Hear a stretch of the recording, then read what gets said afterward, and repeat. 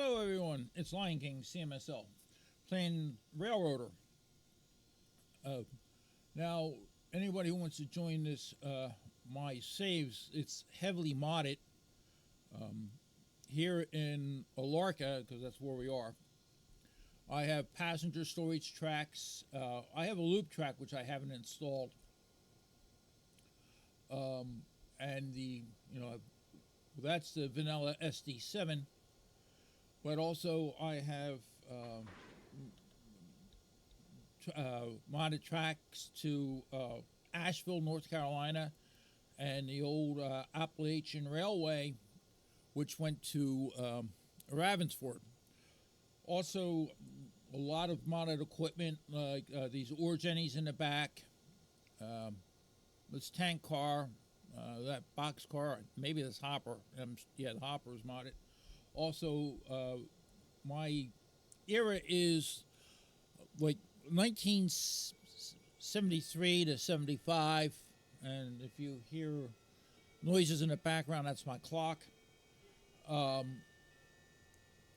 It chimes on a quarter hour and makes big bongs on the hour. And so you'll see SD40-2s, GP40s, SW1500s.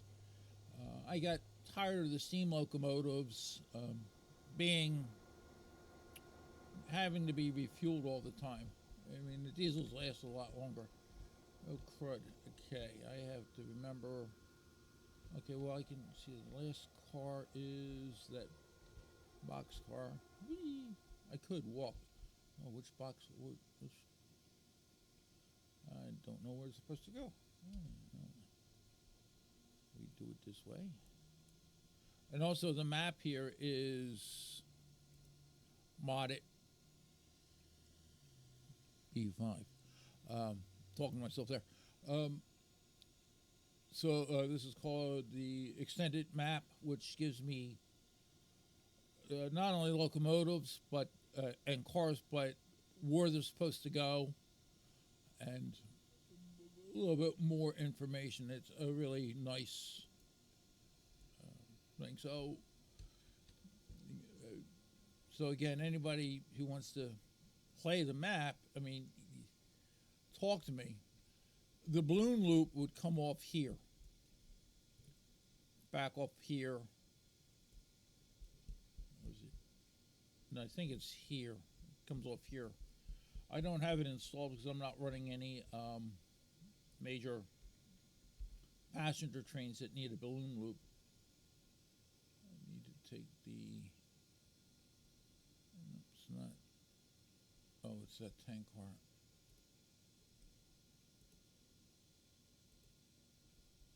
No, it was a box car. Okay, I need to see where I am here. Which one B5 is? This one. All the way at the end there. So, crud. So you will hear me talk to myself as I realize I've screwed up. I've got to shut this air brake. Angle cock. Okay. I also tend to use the AE a lot because it's a lot easier than me running the engines. Also, the prime mover sounds in the engines are custom. A lot of them are custom. More immersive that way.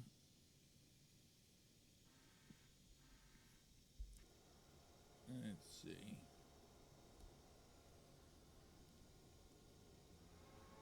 This goes to R1. I think they're set up in a proper way. I had done this recording last night. I did a recording last night, but didn't realize my microphone was being drowned out by the game sound, so I had to redo the recording software so the microphone is more prevalent. No dB reduction, and reduce the game sounds by minus 30 dB. So it's, more me talking versus, being drowned out by the locomotives. I'm going to leave that door open. It's really nice they changed the, they have the modded fans. Also, the horns have been modded. I have different horn sounds. The horns on my locomotives, except for the RDCs, I do have but RDCs. They're Leslie A200s. These are Leslie R3Ls, which is on what was on the Pennsylvania Rating Seashore Line's GP38s. I happen to like the sound. So that's what I use. And it's more interesting that way. You get a, instead of single standard default blat, or I think it's a 5-time to use, you can modify it the way you want. And now the SD7 is modded. You can't normally do this type of paint scheme on an SD7, the vanilla in-game. But this is like a phase 3 SJ&W scheme. So this is what it would look like. It doesn't have the heralds like on the noses or anything like that. And the lettering would be a little larger and red. The name, the road name would be red on the gray, and the loco number would be the gray on the red. But it only gives you one type of lettering. So I gotta live with it. And the number boards are wrong. This should be white on black. He's up against that bumper. At least I don't have to climb up there. Get that handbrake. Okay.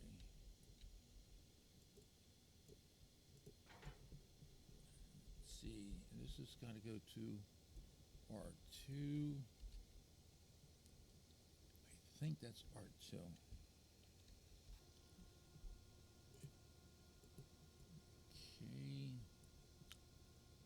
You will hear me talk to myself. Yes, that is correct.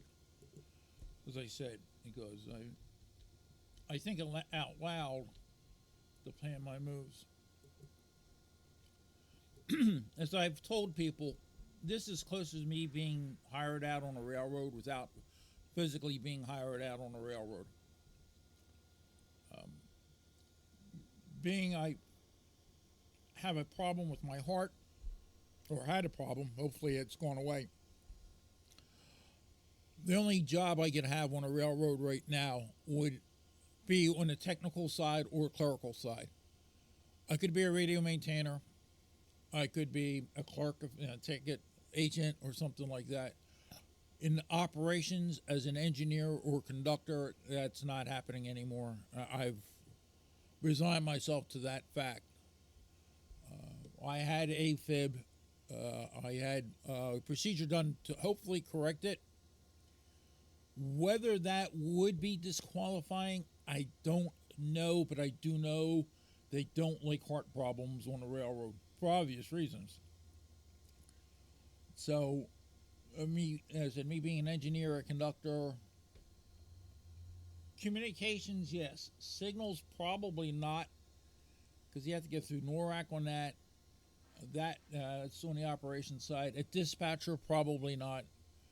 Bridge operator, probably not. As a train crew, no. OBS, I could do OBS.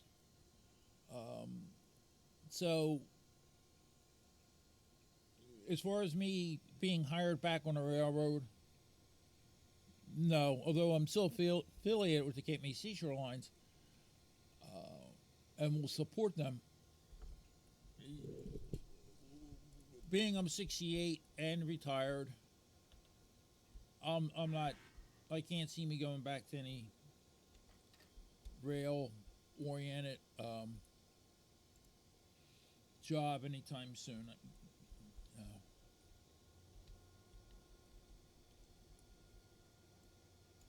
Again, it's not me being, how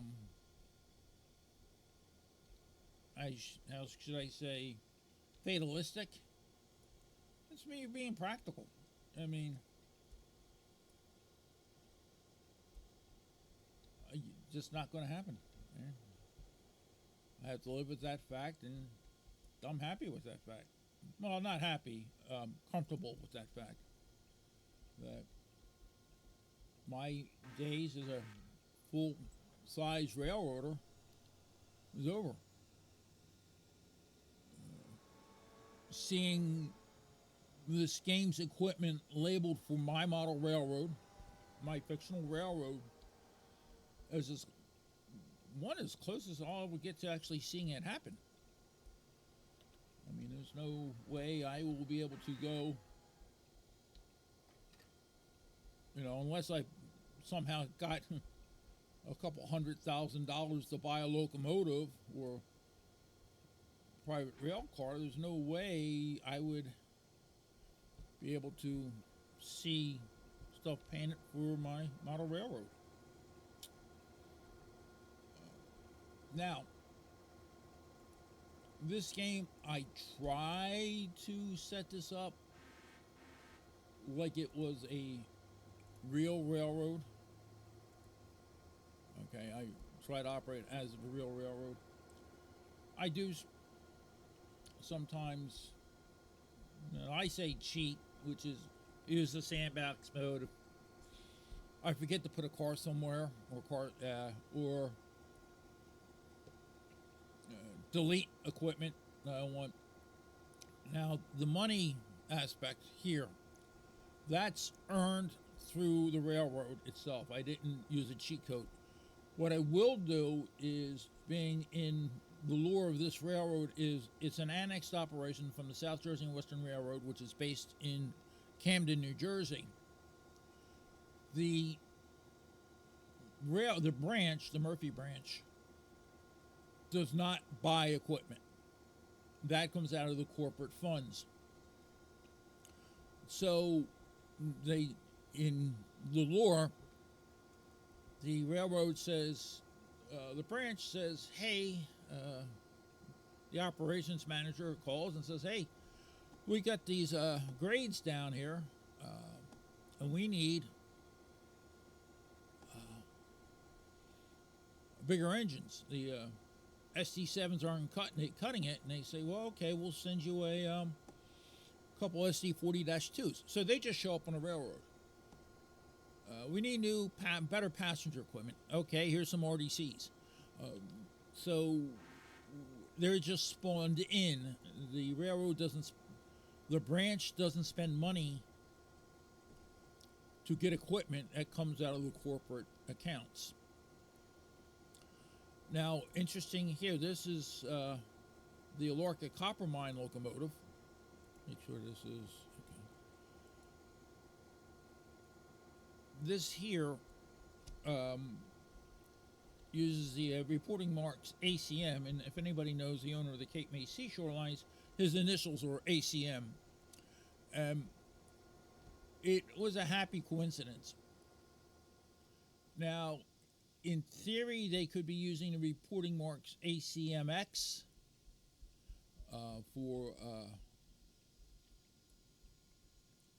their reporting marks, but if they put their if they registered as an actual railroad, they wouldn't use the X. They would be using ACM. So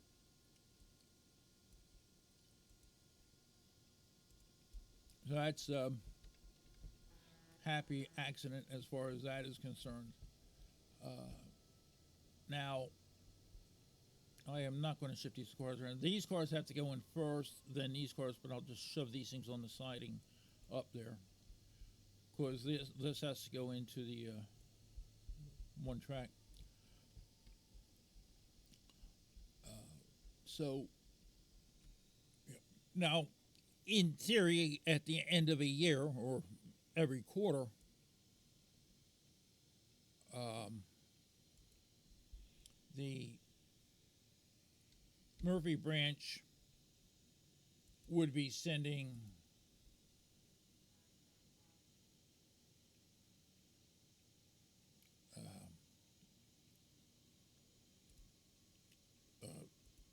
a balance to the railroad, well, the holding company.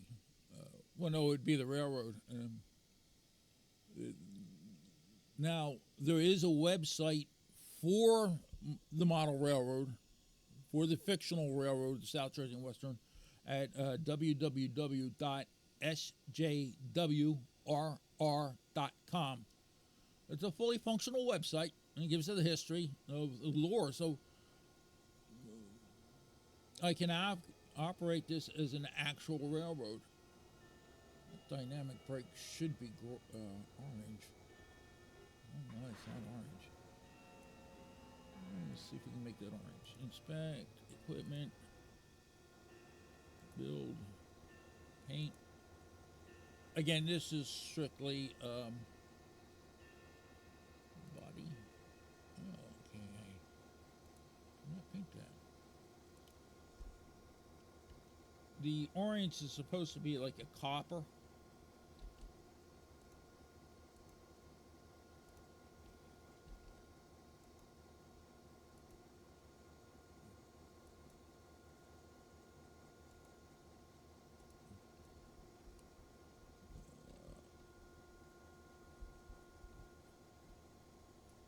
He doesn't have dynamics. He's supposed to have dynamic brakes. Right. See, there are times I don't.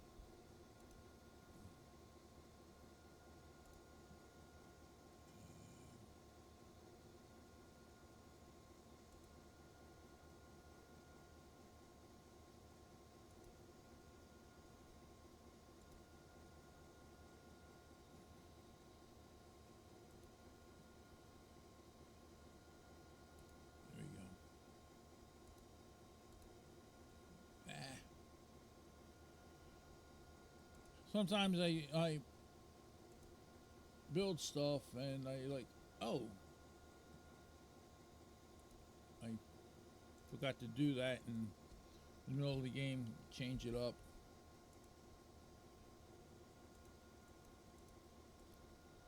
Definitely need dynamic brakes on these engines, because of the fact is there is a pretty stiff grade.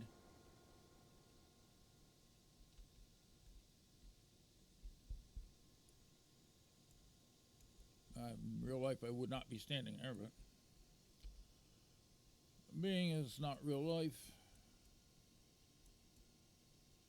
And there's the passenger storage tracks at Alorca, which comes in handy. Okay, so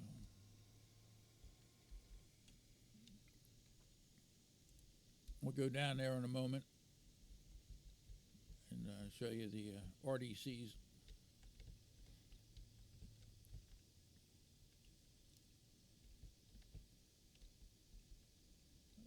Let's see.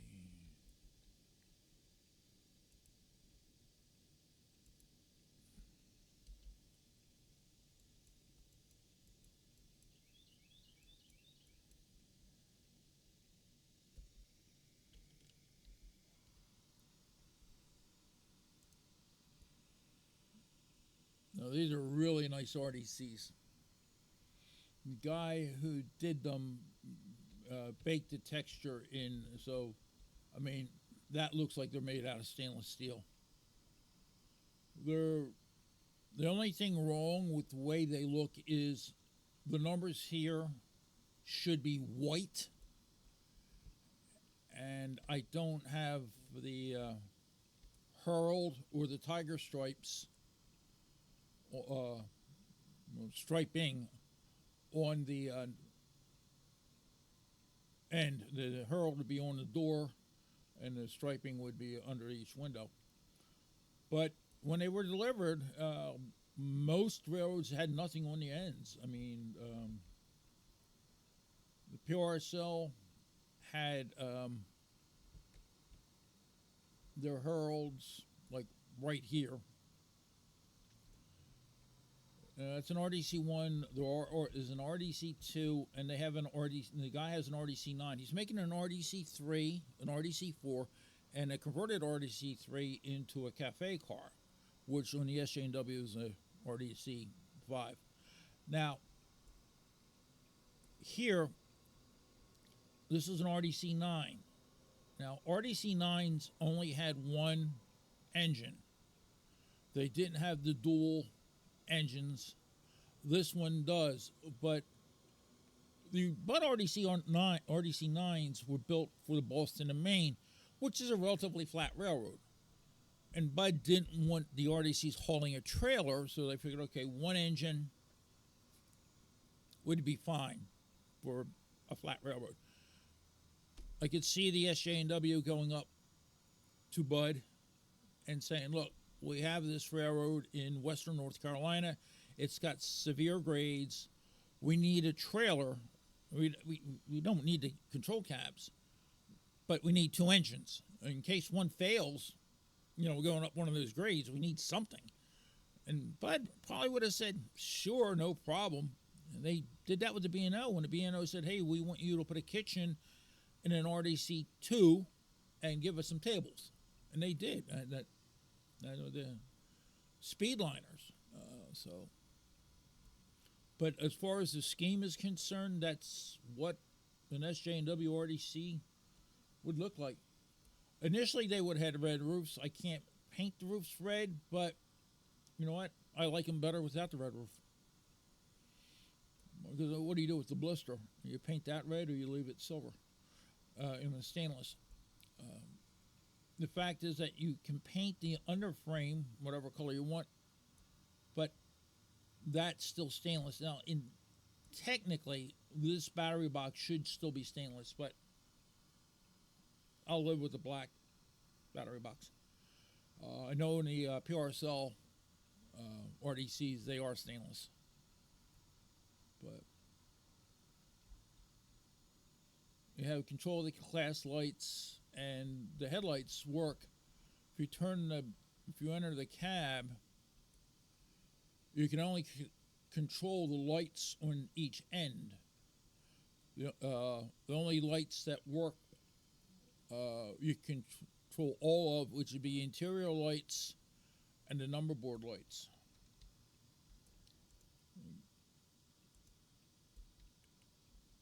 Now, the cab is wrong, but this is based on a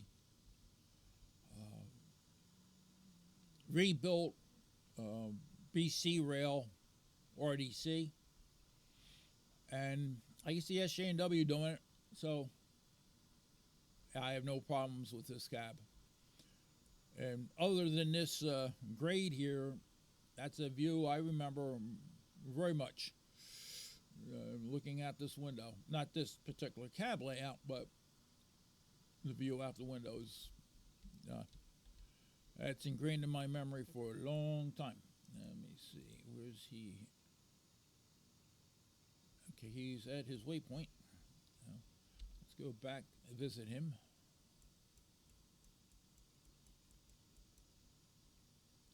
Okay, we need to go here. But that's how I see the equipment.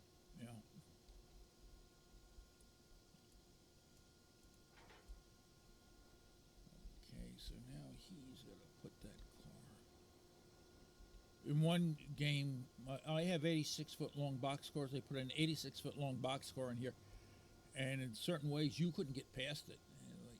A little large for this track. This track needs to be extended to about there.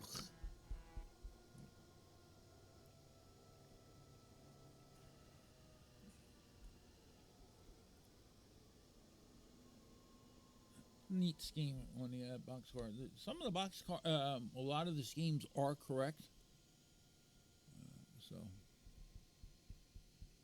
Hope I'm not getting you dizzy.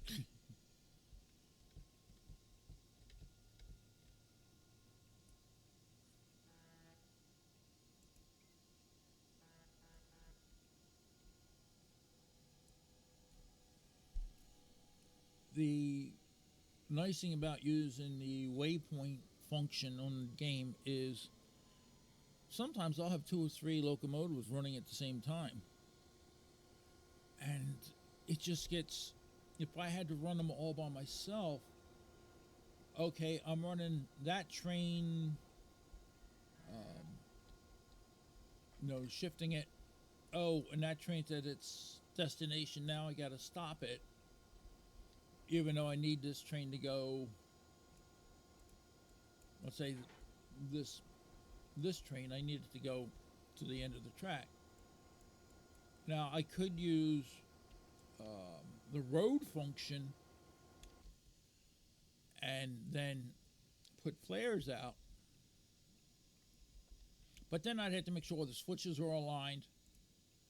Oh, at least with this is I don't have to worry about it. I just set the waypoint and it throws the switches itself, and it's easier. Also, another thing is this one of the mods I have is called Hard Knock Rolling Stock, which will allow speeds up to 130 miles an hour, which I don't run that fast. The maximum my speed is the mainline passenger train at 50 for the entire line. I do get flange squeal, but it gets the railroad done more quickly. And I set the mainline passenger train at 50, and like the Ravensford train comes in at Ella, and that's only doing 40, so you have to time departures. So the Ravensford train is ahead of the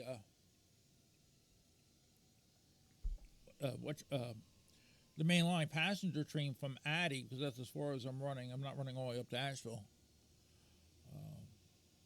And so that's what makes it nice, is because the Ravensford train has got to make a backing move into Bryson on passenger storage tracks.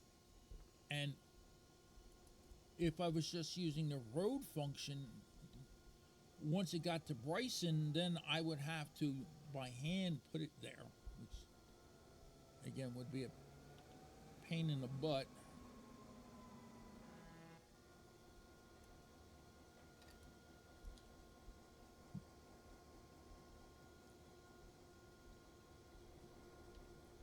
I'm so glad I don't have to climb that car to put that handbrake on.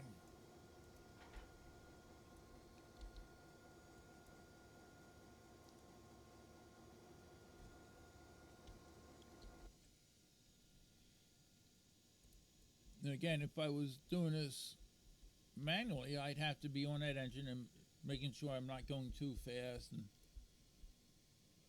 with this, it's just okay. Set the waypoint, and it couples at 3 miles an hour. I don't have to worry about it. Yeah, so you can see if this was 85 feet long, the end of the train car would be about here. Going straight through was not an issue. It's when the locomotive had to come off, like this one will. These two will. It would not clear that car, the 86-foot long car.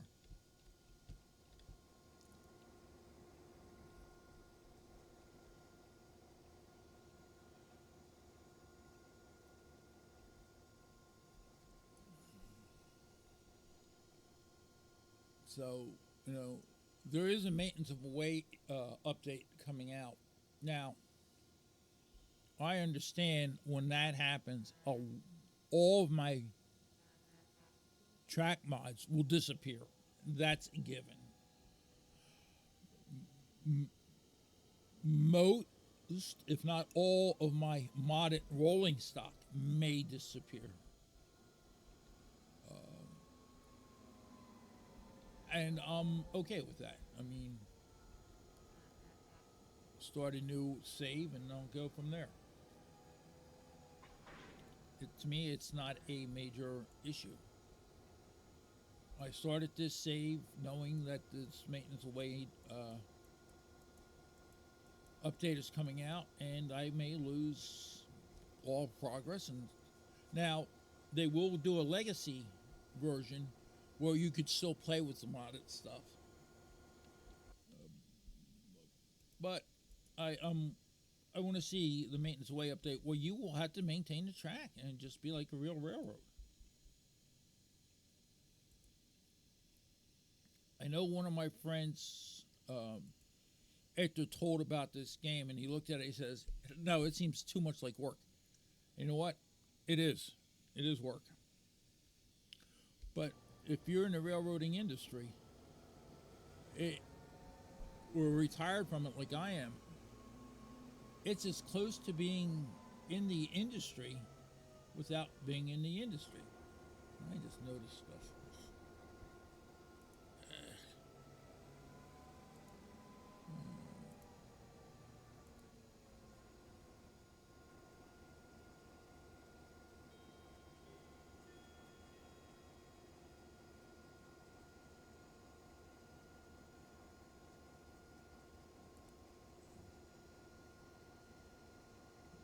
Visor should be that color.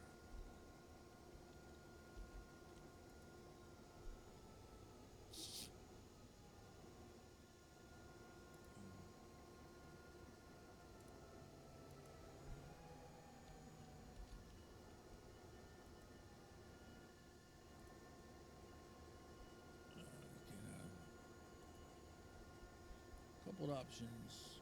Copy port scheme. It's not capping. So apparently, I had built the stuff and it didn't realize it didn't copy the port schemes over. Okay. Accessories. Antenna, yes. No, that here.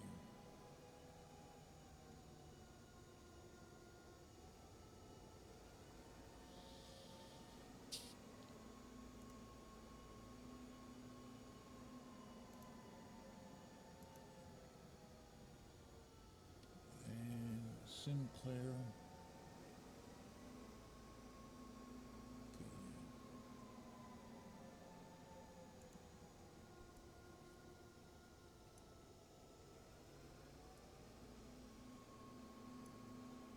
And I happen to like the Sinclair antennas. Okay, equipment. Build. Paint.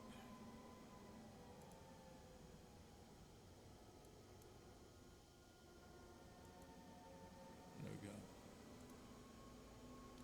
Now they all look the same.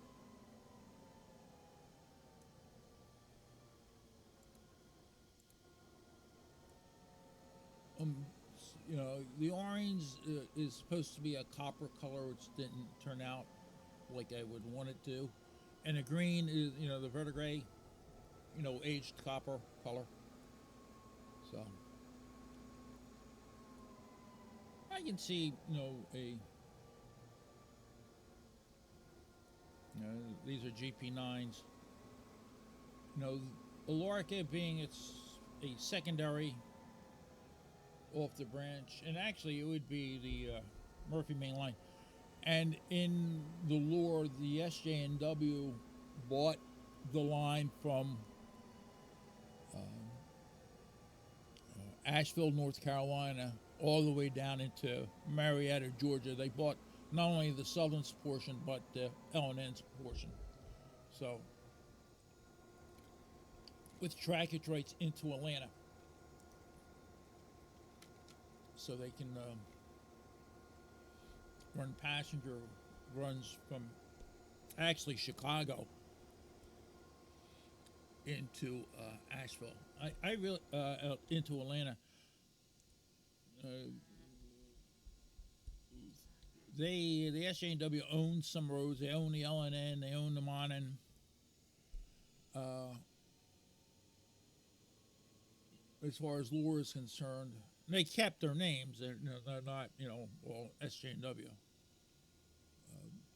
So what happens is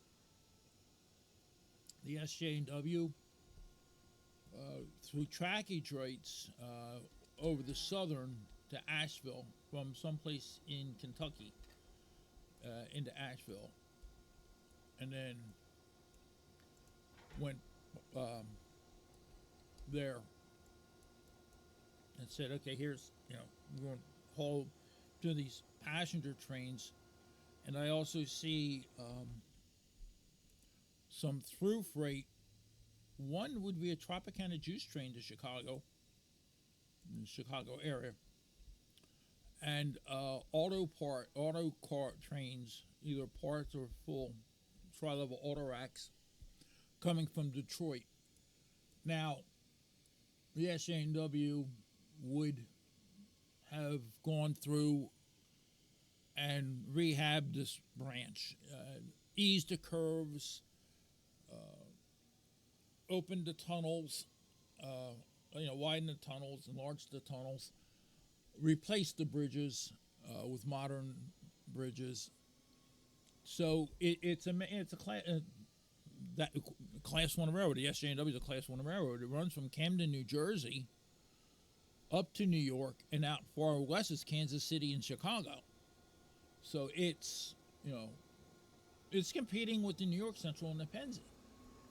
And the funny thing is, if things had changed in 1871, it's entirely possible that the SJ&W could exist. In 1871, the United Transportation Companies of New Jersey had $38 million. That's a lot of money in 1871, and the Pennsy leased the Camden and Amboy from the United Transportation Companies of New Jersey. Now, not everybody wanted to lease the railroad to the Pennsy. The Pennsy didn't buy the UTC, they just leased it and took over the trackage. Eventually, they merged. But if the UTC had said, go pound sound, Pennsy, we're keeping our railroads, and they own railroads, canal, telegraph companies, turnpikes. They own a lot of stuff. I believe they owned the Delaware and Raritan Canal. So they were a major corporation. And so they would have they would have had a route from Camden up to Amboy, just outside of New York City. I think and with the telegraph companies, the canals, which were going away, and the turnpikes, they had a pretty good revenue stream. And me and a friend figured out that in the early 19 teens, the state of California was trying to get rid of the SP because Union Pacific said that you had to spin it off, Harriman companies. And it was fire sale. So what they did was UTC looked at it and said, we could buy it, fire sale prices. Sure, why not? So they bought the Southern Pacific.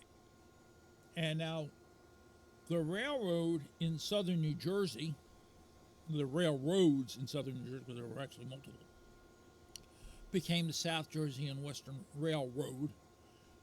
And the South Jersey and Western Railroad owns the South Jersey and Western Holding Company, which owns the Southern Pacific. So instead of the holding company owning the railroad owns the holding company. Now, at some point, the Milwaukee was going under, and the SJ&W's got a printing press with the SP, said, we'll buy the Milwaukee Road. Bing! Now another printing press, because Milwaukee's problem was bad management. So what happens next? The SJ&W goes and says, okay, what railroads are going under that we can salvage? We want to, get more. So they buy up the Monin when it was going under. Buy the LNN. There's a couple hostile takeovers, but it helps their connections. They buy the New York Central. They actually own the New York Central. So they say, no, you will now do as we say because we own you. And I'm waiting for cars load in. Here's the SD40-2s. The only problem with these engines they don't have the red roof, but or the Heralds. There is a mod to let me put Heralds on things. I'm just not talented enough to do it.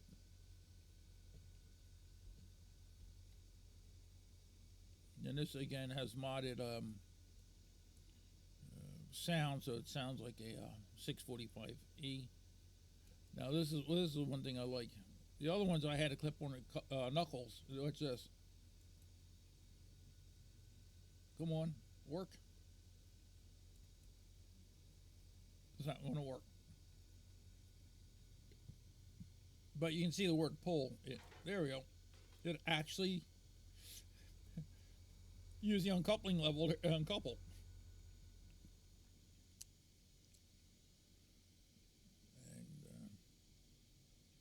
And here's the SW1500, which is very close. Again, that lettering is supposed to be red and gray. A white lettering because of the number boards. And again, I can't get two different colors. So I'm going to move these engines up here.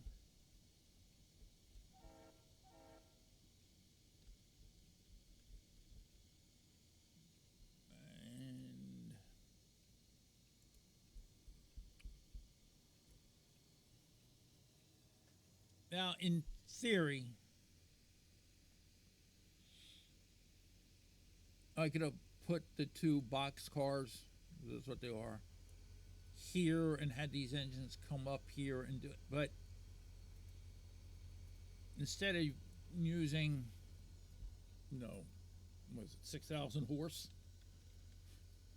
Let's use a 1,500 horsepower locomotive to put box cars where they need to be. Because it also needs to go into the shop. So now these are loaded hoppers. And the box cars,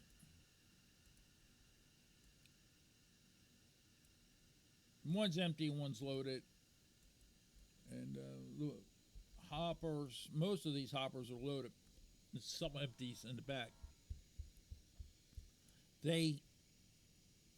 You want them up near the engines to climb grades, and you're not pulling the rest of your train back. Two box cars, one empty, one loaded. It's not going to make a difference.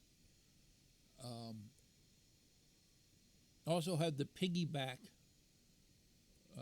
set at Bryson, enabled at Bryson, so you'll see piggyback trailers. I see now I could have a piggyback yard. There is a piggyback yard at Ravensford, but I don't see that happening. And you can enable one for Silva and Andrews, but again, I don't see that happening. First of all, Silva is no longer an interchange. The interchange would be up at Asheville. And let me tell you something, running that just trains up to Asheville is a pain in the butt. Because it just takes so long to do. I had one game where I had the full Asheville extension running, and it just took forever to get a train to and from Asheville. It was nice, but the problem was passengers would disappear. They would be loaded on the train, but I wouldn't get the profit from them.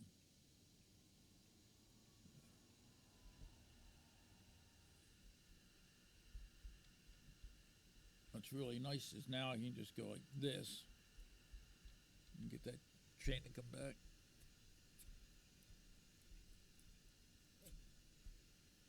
There is modifications here. Did I do that modification here? Yeah, because this track normally ends here. It's connected to the turntable.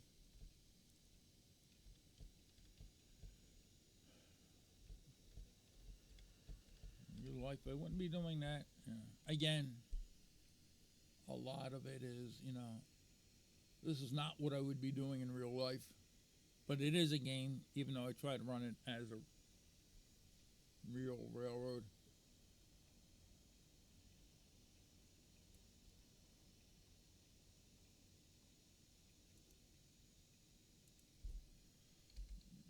Okay.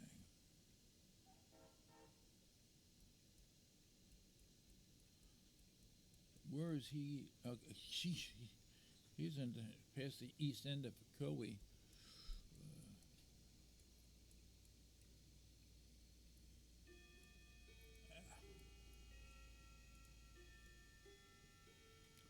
Again, you're hearing the clock. So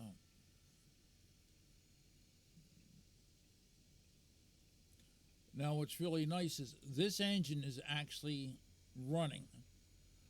But with this mod, you go in and you set it up like a real engine, where you have the headlight control. Go up here real quick and show you.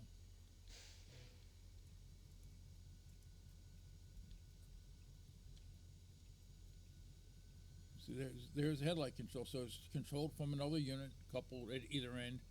The lead engine is over here with its coupled to controlling is coupled to short long hood end. The isolation switch does work. If I would shut down this engine right now, I would get no power light until I cut it to isolate. And if I put it to isolate, this engine won't develop power. These switches work. It looks like a real locomotive cabin here. The air conditioner does run. I mean, obviously, it doesn't do anything. So does the heater. You get the noise, and the switches work. The dome light switches. The chairs do swivel. Oops, there's the armrest. The the quality of the modeling here is amazing.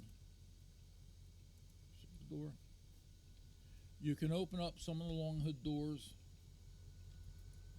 It's that one there. And you see it's modeled, and that's how you start the engine. The latch is opening. It's the detail that went into these. The lights come on, and it's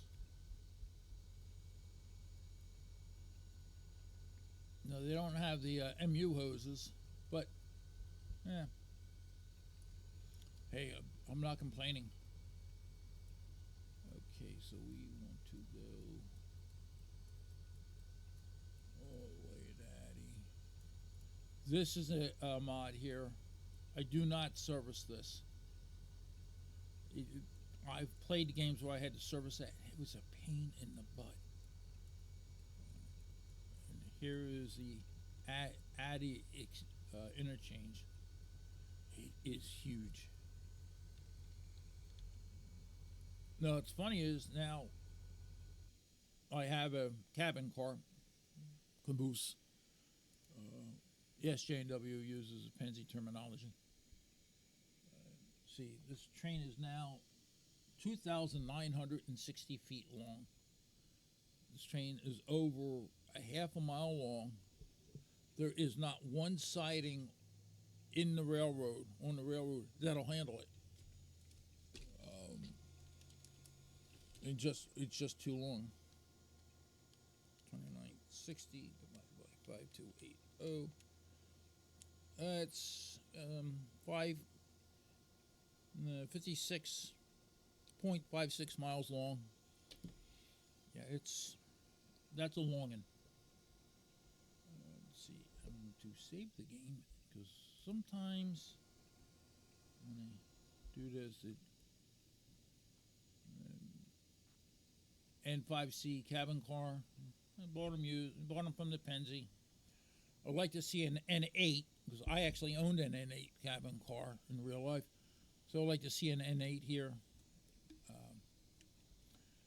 And they it's because the cabooses that they have in game, the vanilla cabooses, they're okay, but you want a little more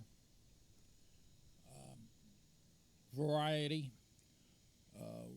An extended vision steel caboose, a more modern caboose would be nice too.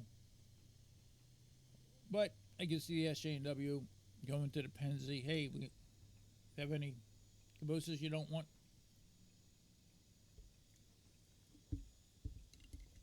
And I bought some N5Cs, refurbed them. You know what's nicing is the paint scheme, paint colors that were my actual caboose was Rust-Oleum Regal Red and Rust-Oleum Smoke Gray. Now the end's supposed to be red, and this up here is supposed to be gray. But what you're seeing here is, compared to a photograph, what the colors were.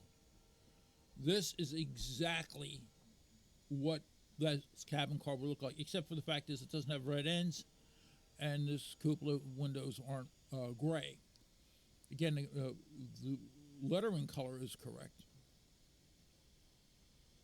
but I mean that is, and remember the handbrake wheel should be white, as these rungs should be white. But this is like as close as it gets. I mean, as far as color is concerned. I would like to get these signals changed to type G's, the inverted triangles, because that's what the SJ&W uses.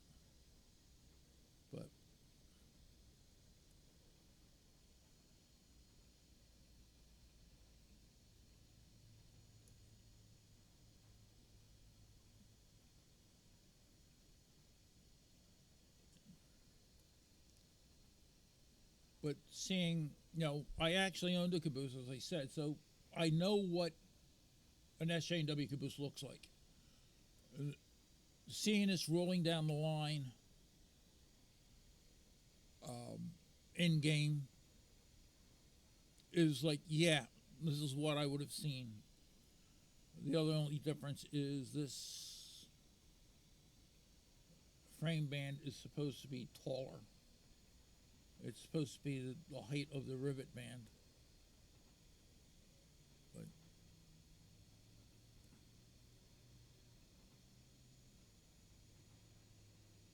to see this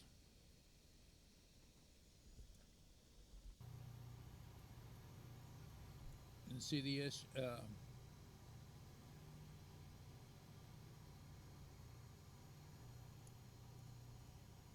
running down, again, no herald. Lettering's wrong, but the black works. That is an option on the, as I have on the schemes. But seeing an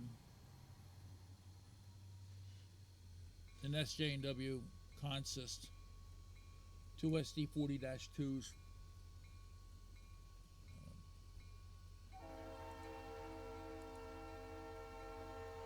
running down the railroad. Yeah.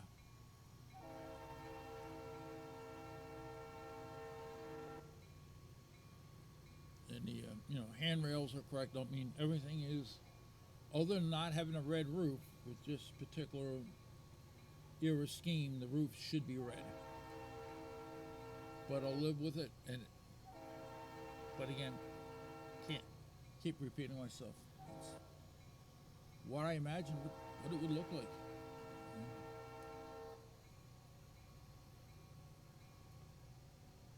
There's no way with 54 cars, 51 cars, because two engines and a cabin car, I'm not fitting them in silver, silver interchange. They, not all those cars would fit, but some of them are long.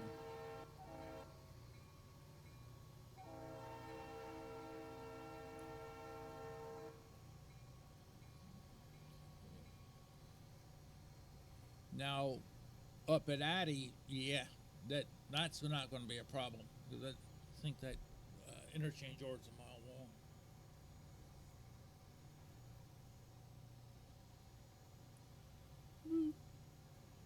But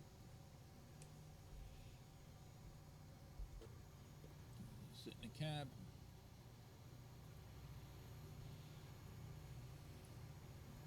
These switches you can flip them, but they don't do anything. In real life, these have to be on. The back engines have to be, the back ones have to be off. The That works. See, the gauge lights work. Step lights work. I don't have a strobe, so it doesn't work. Dynamic brake you can enable, but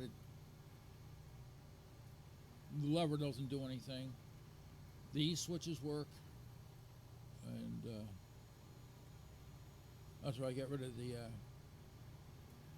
Where's the control for the?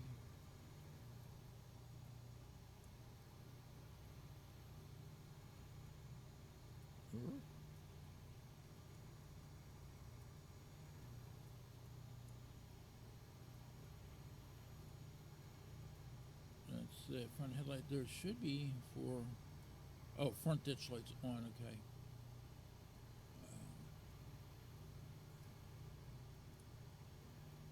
There's normally a box here for the ditch lights, and I didn't see it now.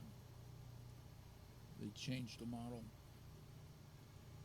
I don't know if it switches. There, you don't have sand. You don't load sand in here, so I don't see it dropping sand. So it doesn't. Of course, the bell does what. This is the bell button. I know these brake stands very well. I know this control stand. Other than this horn lever, because the 7000 had pull cords. So did the F7s I ran. The emergency stop does work. I mean, sitting in this unit, it's what I would see. I mean, this is what you would see in an SD40 dash.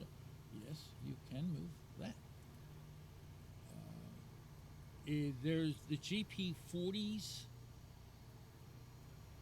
and the GP38s. You can actually turn on the windshield wipers with the air valves.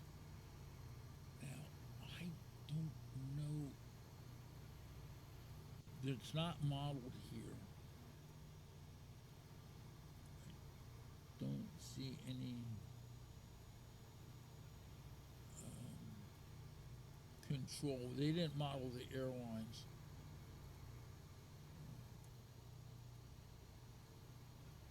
I don't know what they're for. Never been in a real SD40-2. Blue card. Let's open the windows. That's right. I just realized.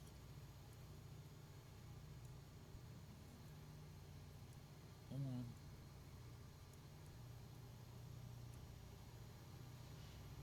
If I go outside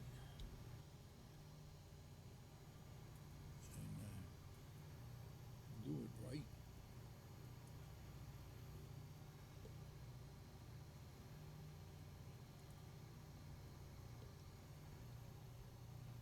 Now I got my mirror, which doesn't show anything. It's just, there.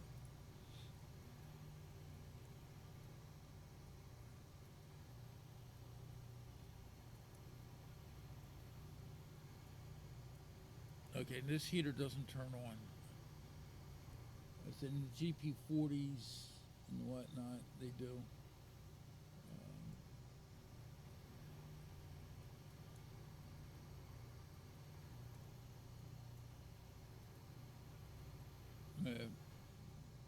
In the SJW, this cab would not look as rough as it is in here. They tried to keep their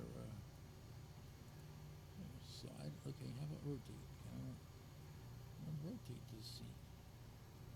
I think I have to get up to do that.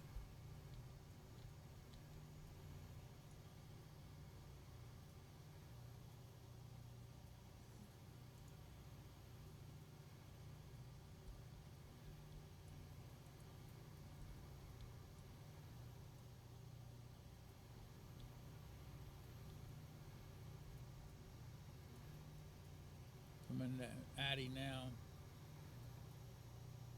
There it is.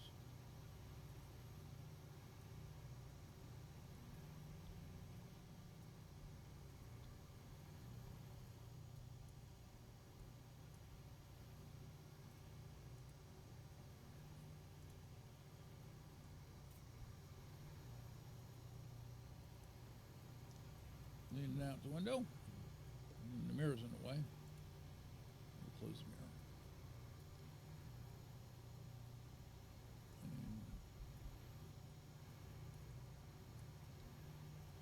And wrong way. Leaning the wrong way there, dude. Yeah. So this is really such a great game, and the mods that are available are amazing. Fully equipped FRA glazing. I mean, the detail that are in some of these mods is amazing. I mean, the brakes actually move back, and brake shoes move back and forth. The valve gear on a lot of the locomotives move. I mean, if you move the reverser, you will see things move on the valve gear.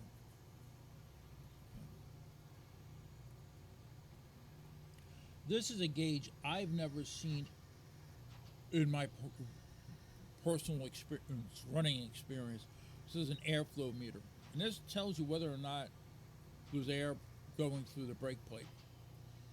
I've had the ammeter, I've had these gauges, I've had a speedometer, but I've never had an airflow meter. So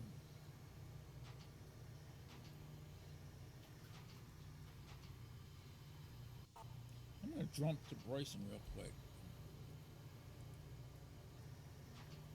Show you something. Go in here.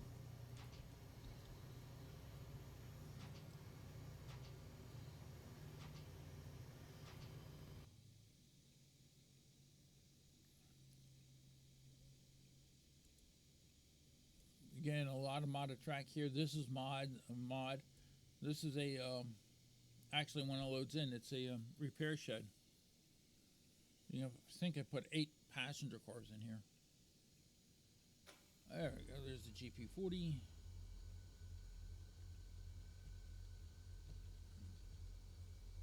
It moved the hopper line. This is one of the GP40s. Come on.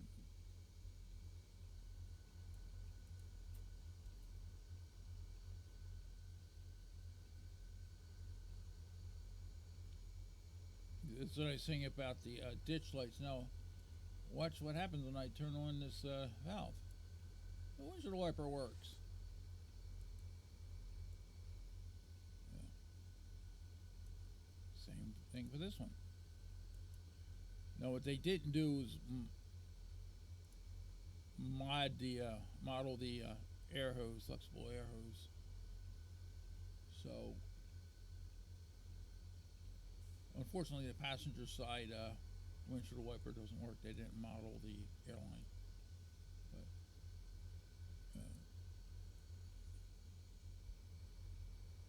this is what the cab of the SD40-2 should look like. This nice and freshly painted. This emergency brake valve does work.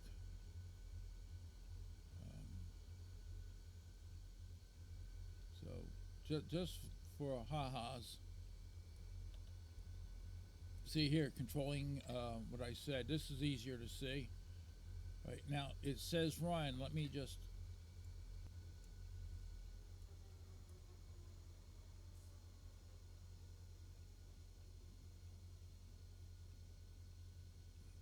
Come on. There it is. this no power light should come on. Yep, there's no power light. Oh, so we have to put an nice light. It works. Yep, now I gotta go start that engine. There is a way you can do it through keybinds, but I'm not doing it. I gotta make sure it's. I'm probably standing in. No, it's this one here. That one doesn't have the animation of the latches, but. And watch it start up.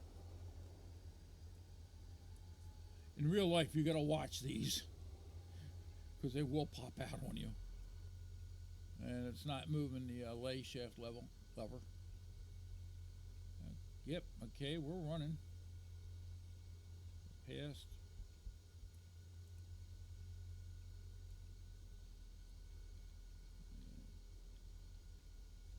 And put it in run. It should be stopped at isolate. In one of the games, I was shutting the stuff down, like you would do in real life. So, but let me go back to the. Boop. Okay.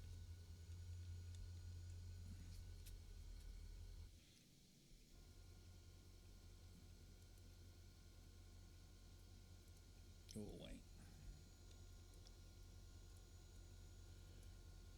I didn't want you.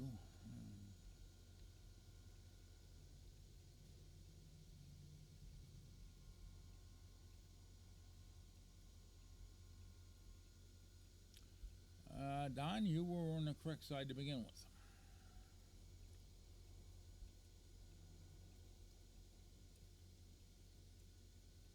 Reach in.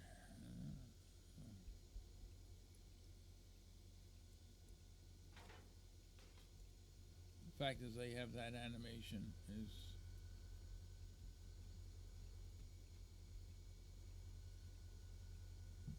And again, as the train is sitting idle, it shuts off its stitch lights and the headlights goes to dim, which is normal operation. I have a couple of large steam locomotives that I'm gonna just open the door because the tender sticking through the doors doesn't look good. That's a Berkshire. That's I'm gonna run those. To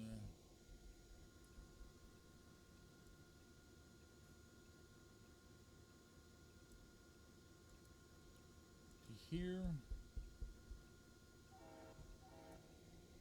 I can get rid of that. A couple of SD7s. They've got the SP scheme because I can't do a custom scheme like I did with the SD40s or GP40s. It's a custom thing, but they don't allow you to paint the way I want.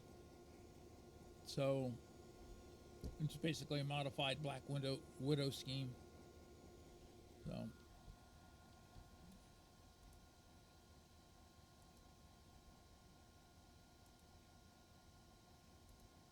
now it's going to take forever for that engine to get all the way back to this cabin car.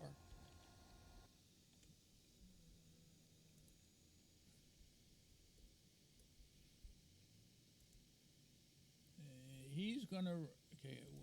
He's gonna run at 15. Restricted speed. So. And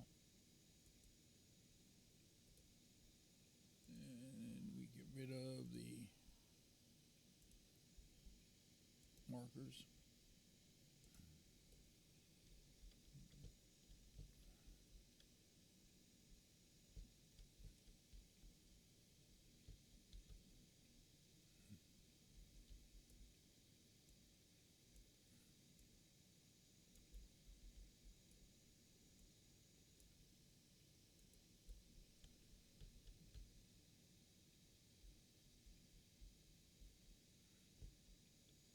I said about the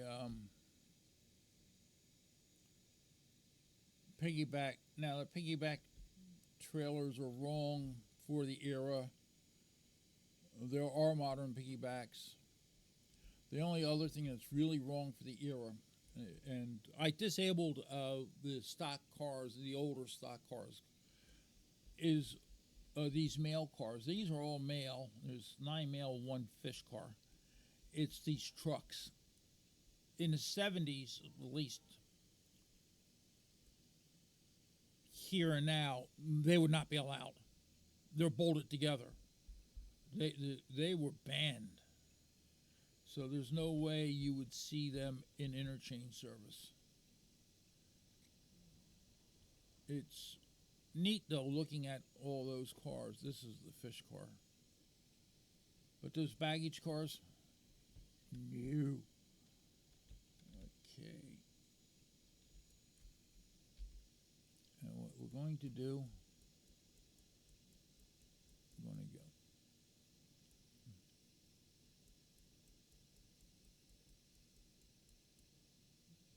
This is where I cheat. I say cheat. It's being. There's no way of easily turning this train around otherwise. This is my passenger train. So we're going to inspect passengers. You select all your passenger stations. Once it gets to Ela or Ella, I select the cars, the stations that it won't stop at, and they dropped off at Bryson. Okay, so pick the engine.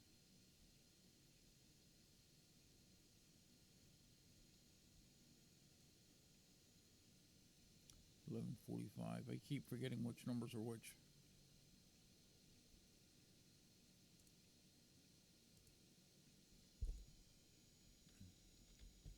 And this is how I cheat. Or make it easier on myself. Because otherwise I have to run all the way up to Clyde to turn the train. Either go here. This is a mod. Right. And because otherwise I could just type in console the sandbox. Put that there. Then I'm going to move it over here.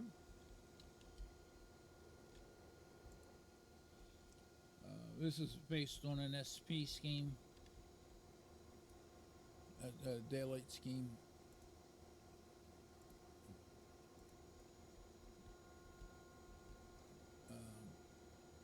The stripe is correct, and the red roof is correct. This stripe isn't supposed to be right. These are supposed to be yellow. I mean, it's not perfect, but it gets the idea across. And the fact is that I could put the Herald on the nose. And of course, these are supposed to be stainless like that. So we go like that. And if I go back towards the back. Whoop.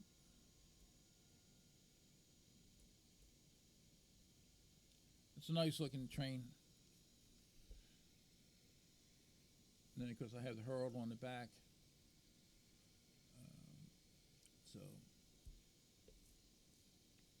I could not have that, but if I open the door, the Herald stays where it is. So I wanted to do something that was like that. And the fiction is that this section opens with the door, or is a separate hinged piece, because it's basically an emergency exit. It isn't, you know. Okay, so 11:45. This gets straight road at 50 miles an hour. Another thing is I got to make sure that all the switches are aligned. Should be.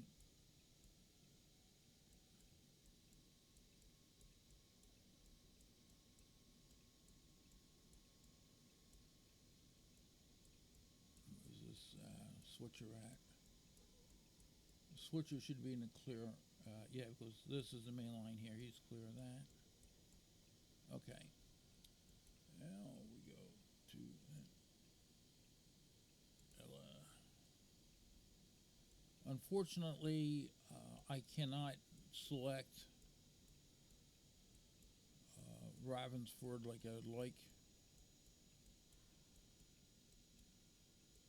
And that's the post office. That's the only operational contracts on this branch. Because again, I'm one person, and it gets to be a lot to have one person playing all the industries and all. I mean, if anybody wants to join me, it's a heavily modded game. Now, once the maintenance away comes, then I'll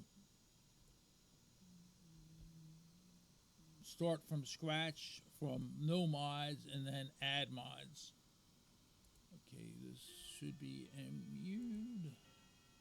Okay.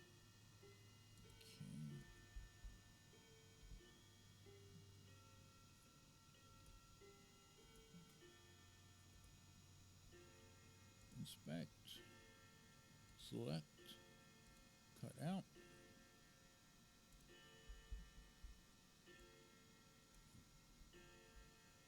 Again, select all my stations. This is what I was saying about making sure that I get these cars started when I do.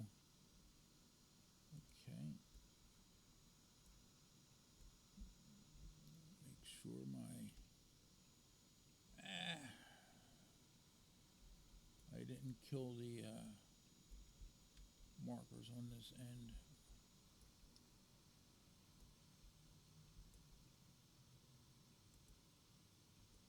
Now, unfortunately, they don't go off. They are off. It just doesn't render they're off for whatever reason.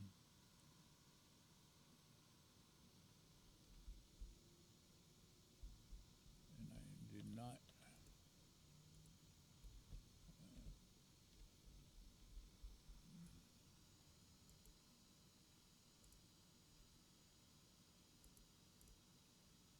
That switch doesn't move, but it does do what it's supposed to do.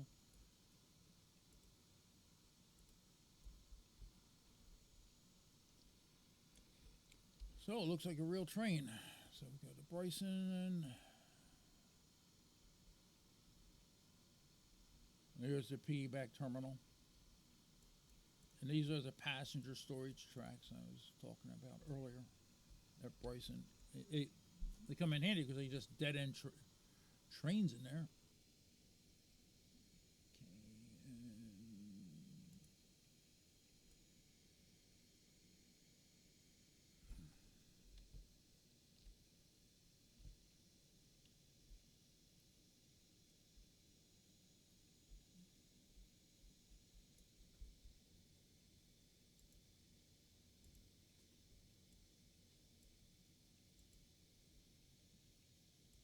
There's that train.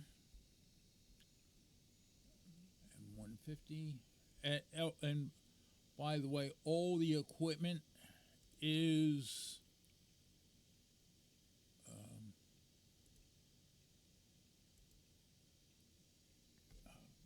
numbered according to the SJ&W numbering scheme.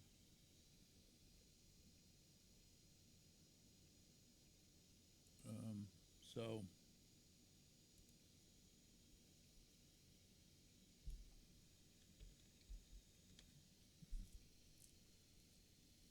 I really didn't need to be here. I could have stayed at Bryson because I think everything's set up here. And because I had pre-shut off the markers, set this train up.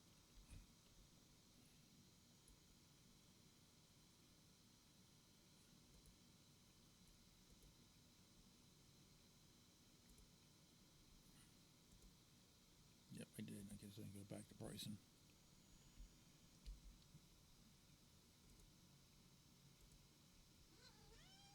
Yes, you're a meow. There's a kitty cat that's making noise.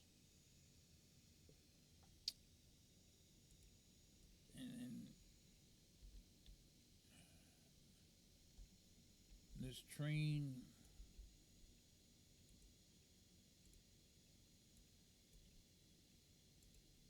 also gets to go here.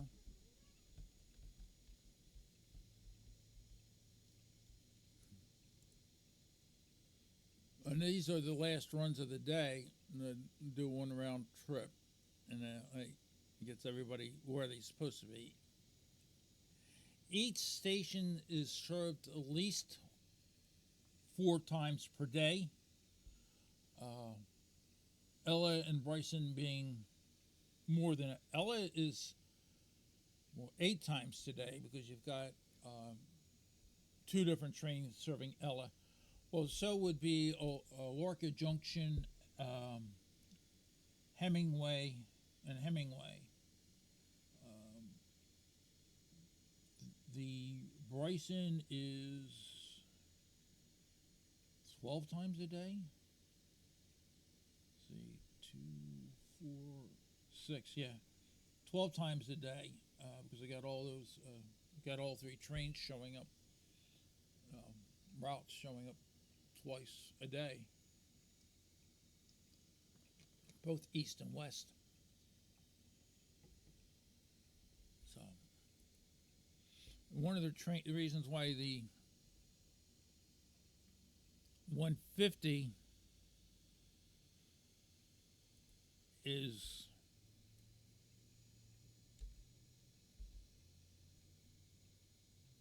the Ravensford RDCs have a lot is because I've had it so there was not enough passengers room, so I had RDCs. Okay, so that's manual. That's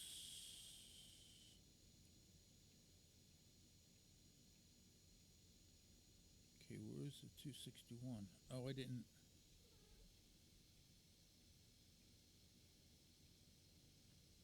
Okay, this. I do shut off the headlights. Not that it matters. I mean, in real life, in game, it doesn't matter because I mean, there's no actual light bulbs. Okay.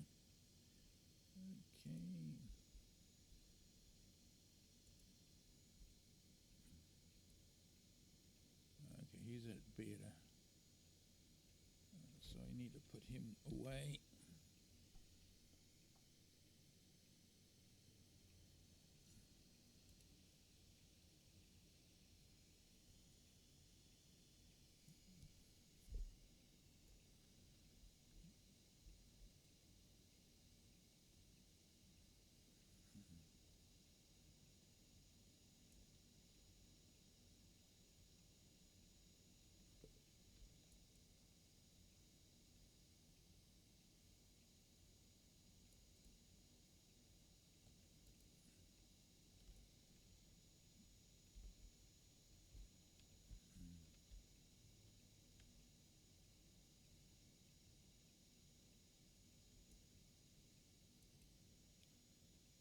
The engines really don't need to be serviced as thrown into service trucks as often as I do because they're not really running that far. They're not, especially the switchers. They don't think get below 99%. Long distance engines I'd like to put in because of the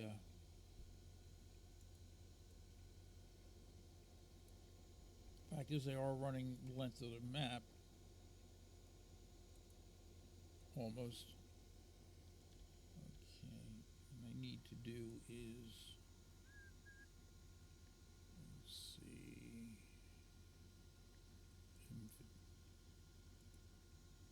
That's not what I want. Again, you'll hear me talk to myself. I mean, okay, 99%. That's not bad. 98%, 97%. Not bad. I mean, it should be 100%, but I'm not going to worry about it because they're not stored any place where there's repair facilities. The passenger equipment should be because of passenger comfort, but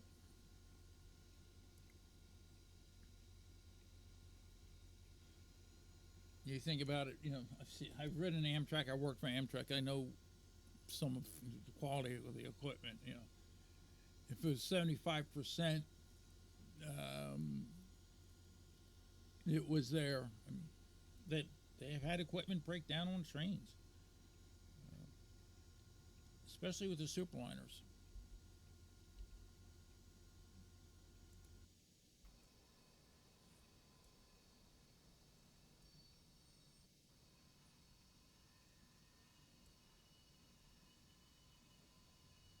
Now the RDC-9, there it goes. The only problem with the model, and the mod maker knows it, is you got the A200 here, and you just got a different horn here, which should be another A200, but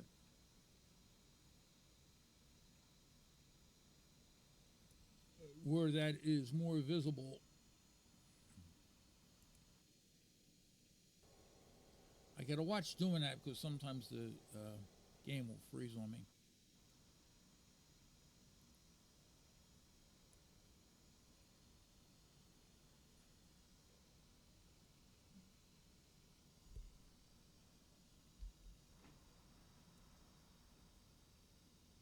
See, the front has got the A200, but then the rear has got this horn, this 5 chime. Um,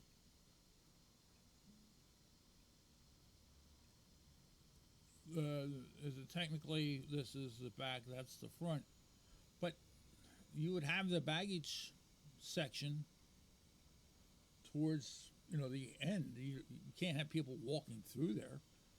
I mean, is there, so you're not going to put it in the middle of the train. It would be, on the end of your train. Now, if I go back to the front of this train, the markers should be off. They are off. It's just when you go away for a while and come back, then it renders the markers off. I don't know why it doesn't do it immediately.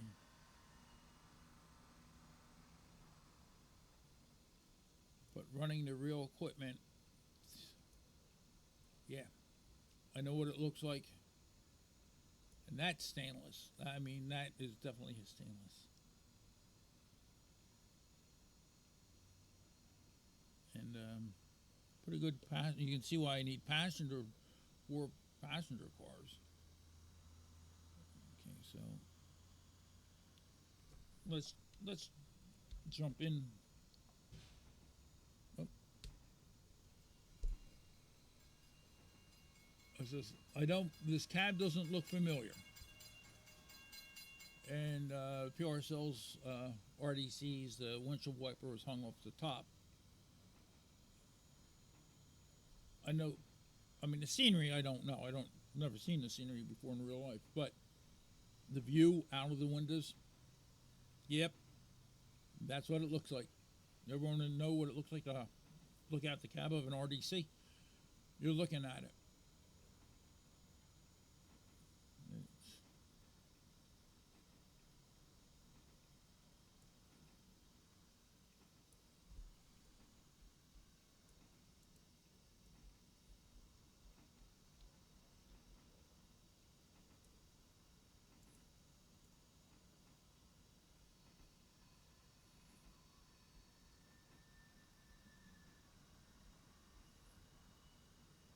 Obviously, I would love to change those posters, but they're baked into the cars. I can't.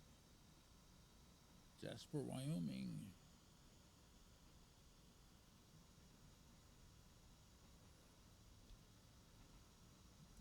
One difference is they have them sliding, which in a real bud they would be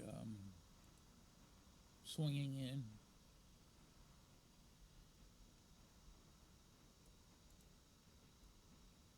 You can't remove the chains, which I wish you could. You gotta jump through the chains.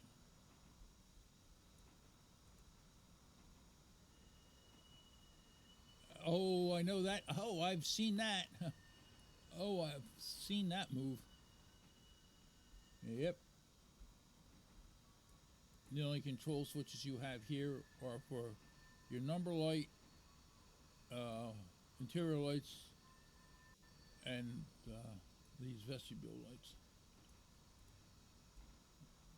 And in the RDC9,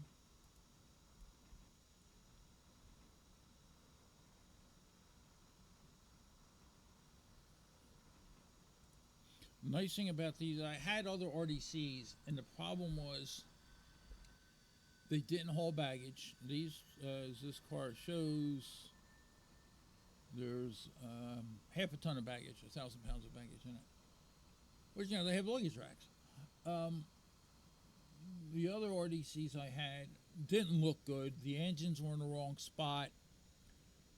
Nice thing is I could put the stripes and the heralds on the doors, but there was no baggage capacity, and they had, quote, an RDC4, which was basically an RDC1 without any seats and no blister.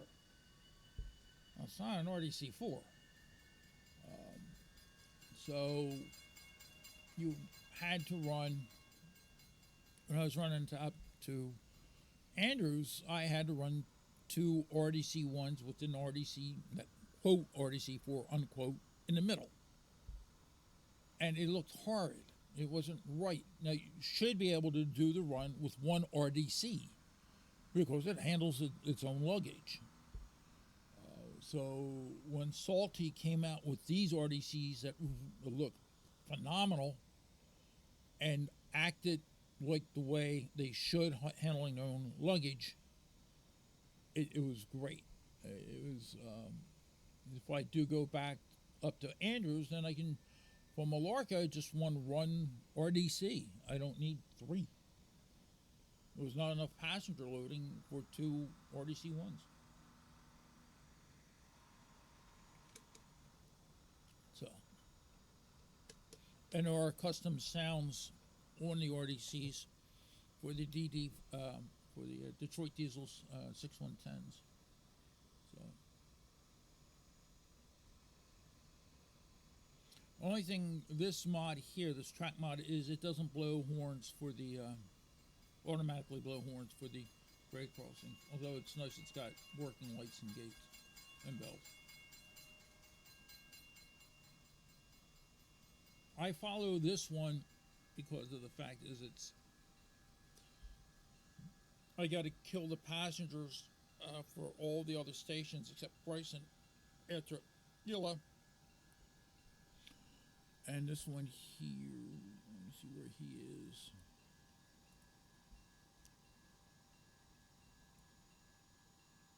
Okay, he's not even up to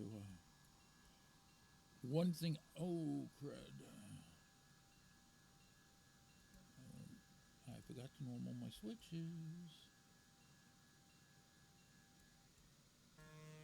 Always remember to normal your switches.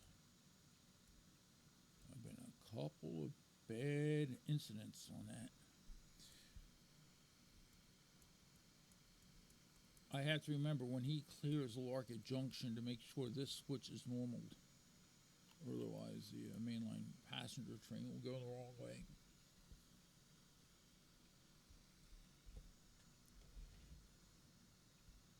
He's got a pretty good. See, he's 41% passenger loading, so you can see that even two RDC ones would be just about enough. 88 and 88, that's 176. That not going to work.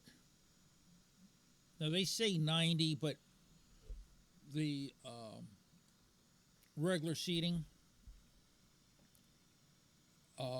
there's only 88 seats, and it was 44. And two people, 88. You could probably put 90 in there. But as you can see, it says 88 when passengers per car, or just that RDC1. So, yeah, I could get away with it, but once I get to Bryson, I said I've had almost 100%, even with 4 cars. So it's like, now granted, the RDC 9s are 94 passengers, and the RDC 2 is a 70 passenger car. So they're basically equivalent to 488 passenger cars. So 94 minus 88 is 6. So 16 plus 70 is 86. So it's just 2 passengers less than a standard RDC 1. So you're running 4 standard RDCs. The reason I do have an RDC 2 on this particular train is I didn't know if the RDC 1s were handling their own baggage. But I still like to think that this particular run would have an RDC 2 on one end just to handle any large packages from Bryson out towards Ravensford. That's a 14-mile trip from Alarka to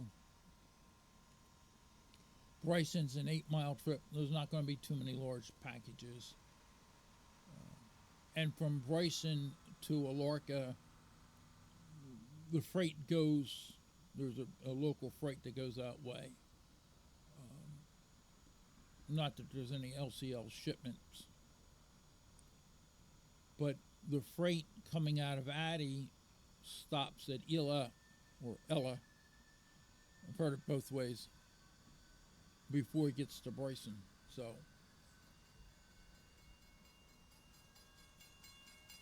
and they're local freight anyway. So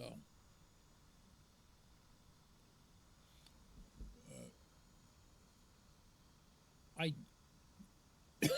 when Saudi releases the the RDC4, I don't know if I'm going to put it on one of the trains. Now, what I'm going to do possibly is, and this is what I did with my one game, is I had I had 2 long distance passenger trains running from Andrews to Asheville. And I was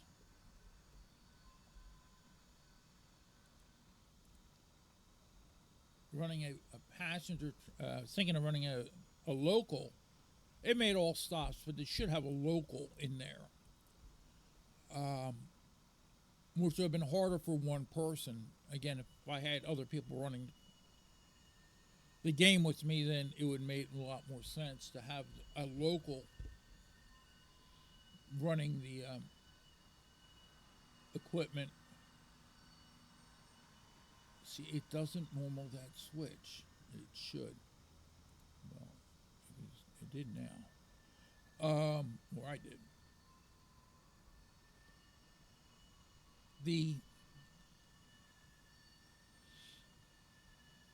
If I had the RDCs running from Andrews to Asheville, then there would possibly be an RDC4 and an RDC, a cafe car, an RDC5 as I call it, on the train.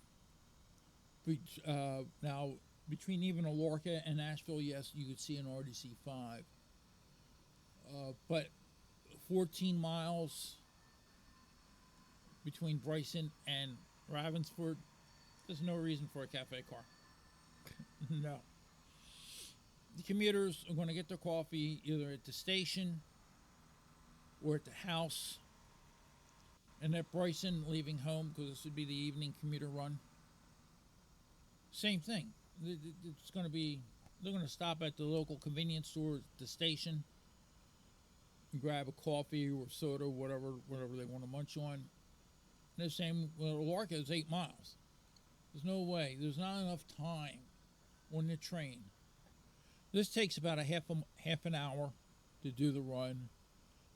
The Alarka train takes like 15 minutes. There's not enough time to even have that cafe car open. So I'd like to know what that building is. I'm thinking it has something to do with water for, a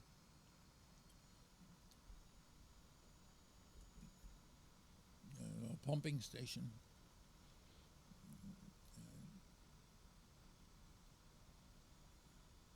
It has a reservoir for the water, and then it has the discharge pipes.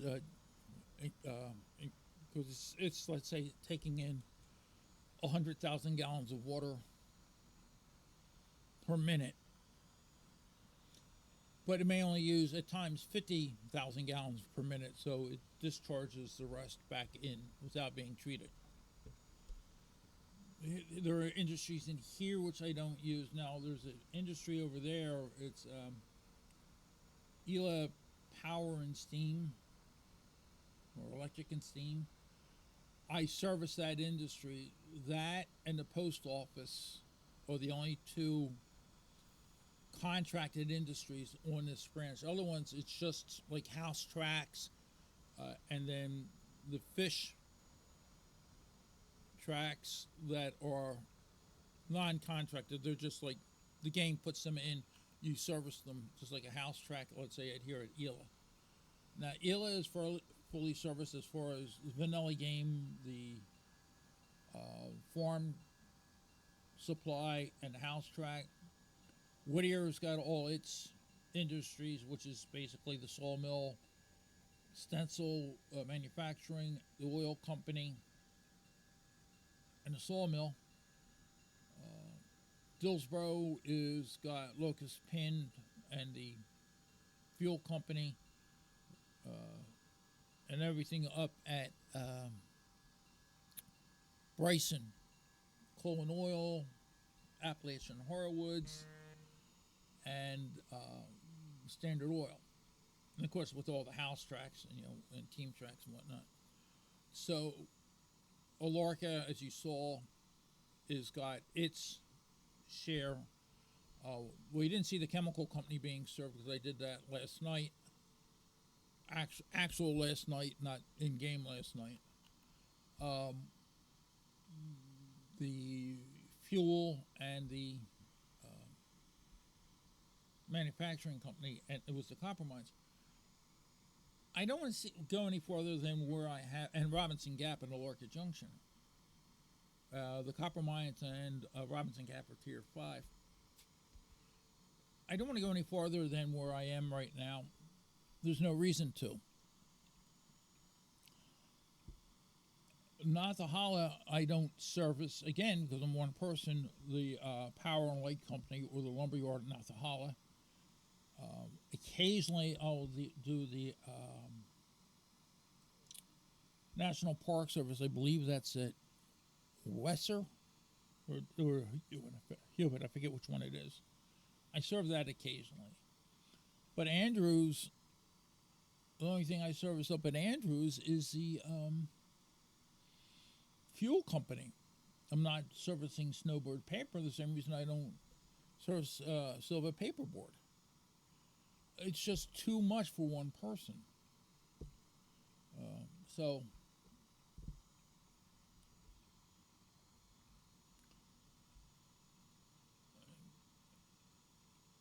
I have to wait for this train to move before I can start, because otherwise I'll drop everything off at Ella or Ela.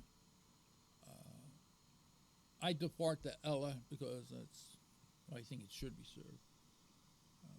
ACM1 arrived at waypoint. I know it did take that out.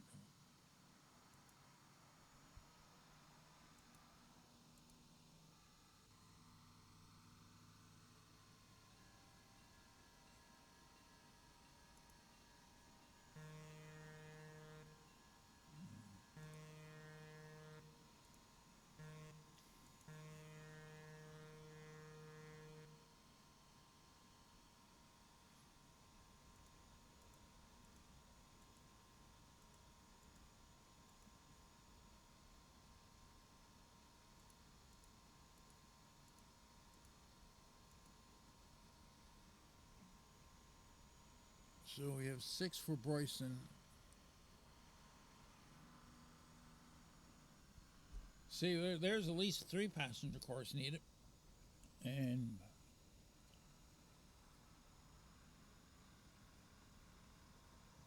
So out of 199, 193 are for places other than Bryson. So no, it's 31 for Bryson. There's 6 on that car. So 31 for Bryson, that's 168 other stops.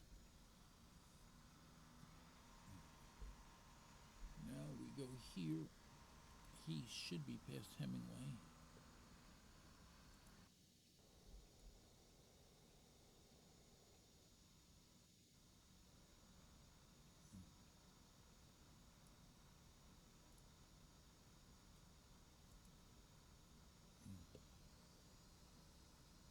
Yeah, he's past Hemingway, so he gets his passengers taken out.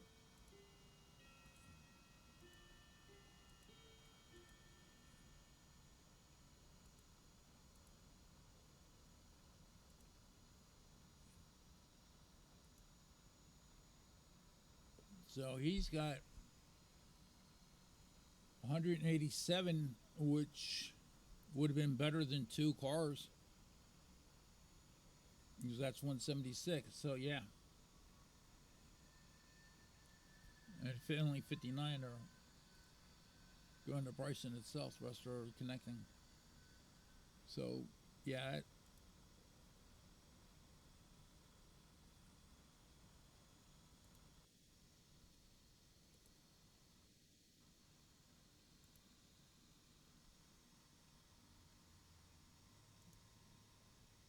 make sure I did that.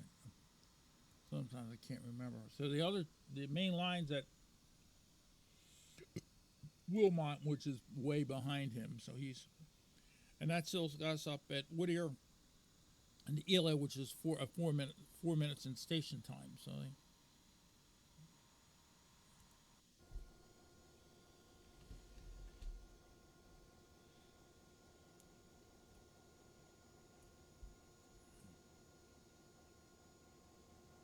okay, now there it is. There was the stainless. So I like the way that train looks. Okay, there we go. I initially had this lounge car that it's based off the Pleasure Dome of the Santa Fe here, but it didn't make sense because this is a tap lounge and that's a lounge. They wouldn't be next to each other. It's the 2 domes. So you have a baggage car, 3 coaches, lounge, 3 coaches, and the obs, and it balances the train out better. And that's almost half passenger load here. I mean,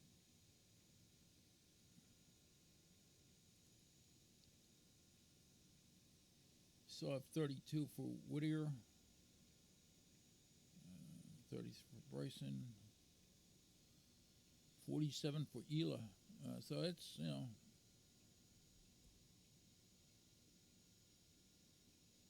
if we select this car,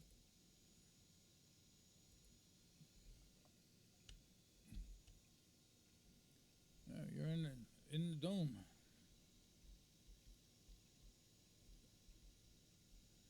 This here,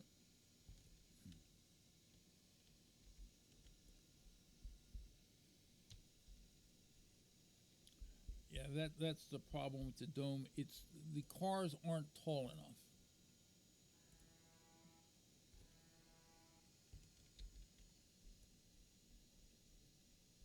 What the hell? Where's my train?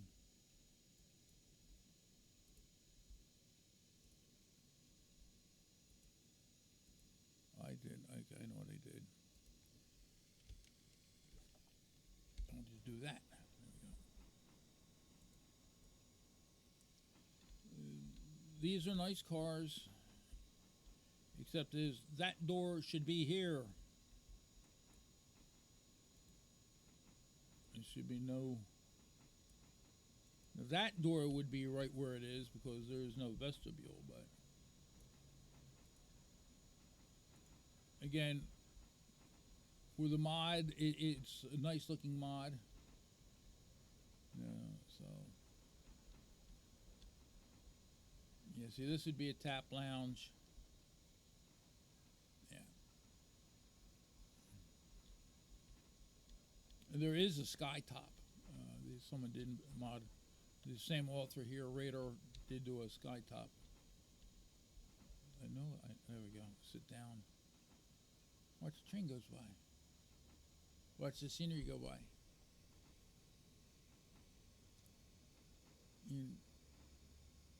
It's so nice to grab in one of these cars to sit in one of the more modern passenger cars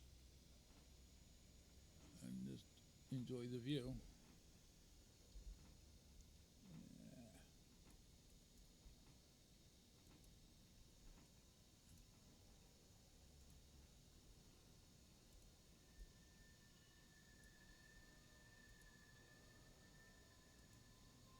Jump around to the different passenger cars. Again, there you go. You're inside the dome. My question is, actually, I'm past the seat there.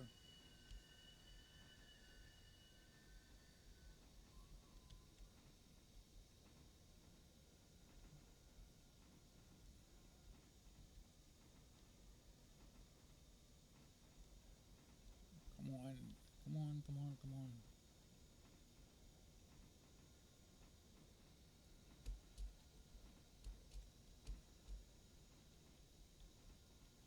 No, I don't want to be in the on the train. I want to be in the train. Well, I'm now in the lower section. Was getting ready to say is who would not want to ride this train, these trains to this countryside? I can get up these stairs. I've done it.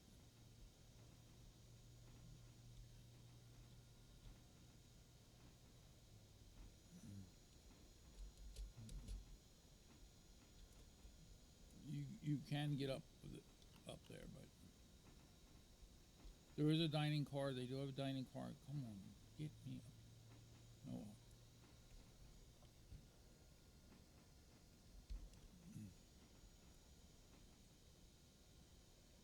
No, it puts me here.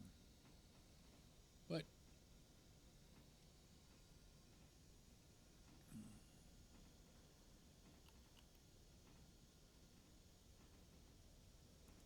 go there.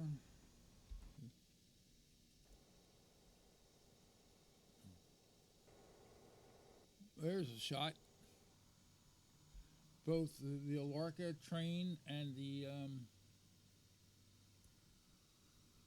Ravensburg train both showed up at the same time at Bryson. That is, you know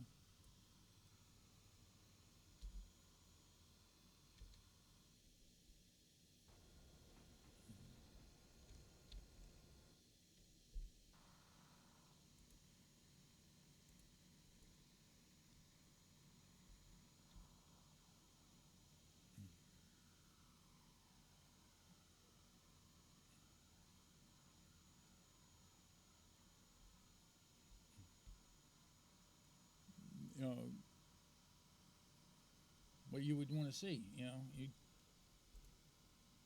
The trains were timed perfectly to arrive at the same time. Okay. Come on, turn on the class lights. Thank you. This is the Alarka train, so he goes manual.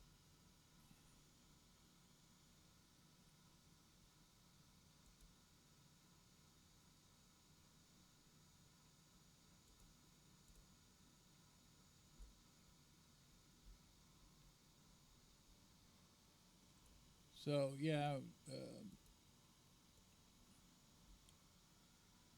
only main problem is a 3-car train is as long as this track will hold before it fouls a grade crossing. 4 cars will foul the grade crossing. And in the real Bryson, this is the main drag.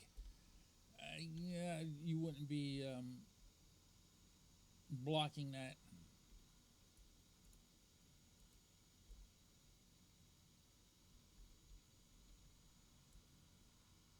In all actuality, I probably would not be shutting off the class lights, well, it's markers now because they don't use the class lights ahead of time. But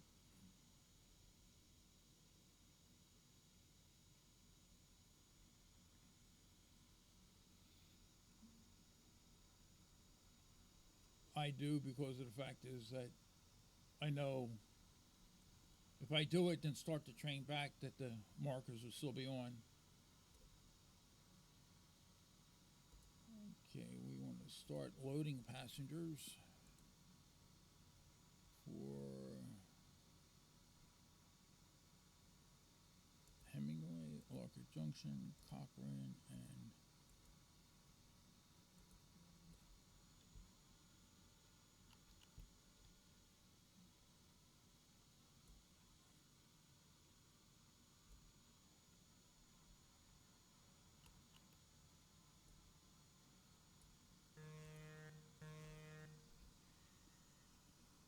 so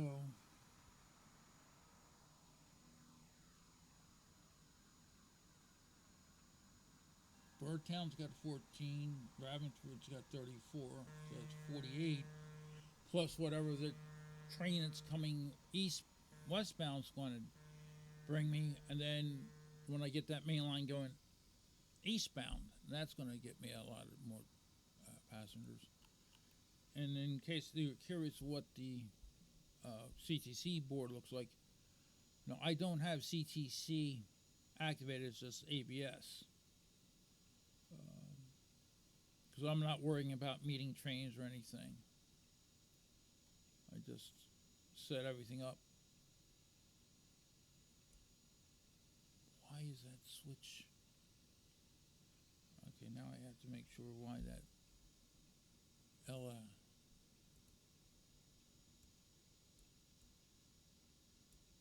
There's a.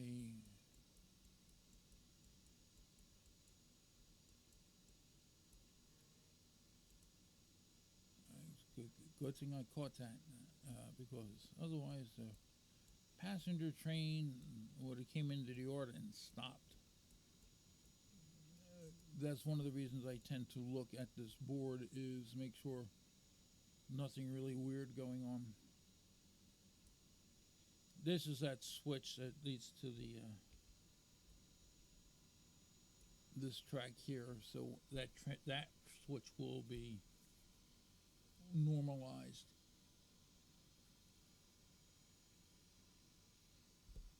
You know,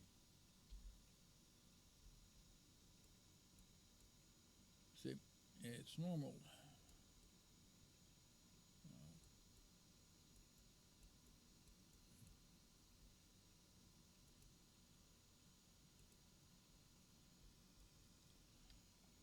Yeah, so this is a interesting way of running this game.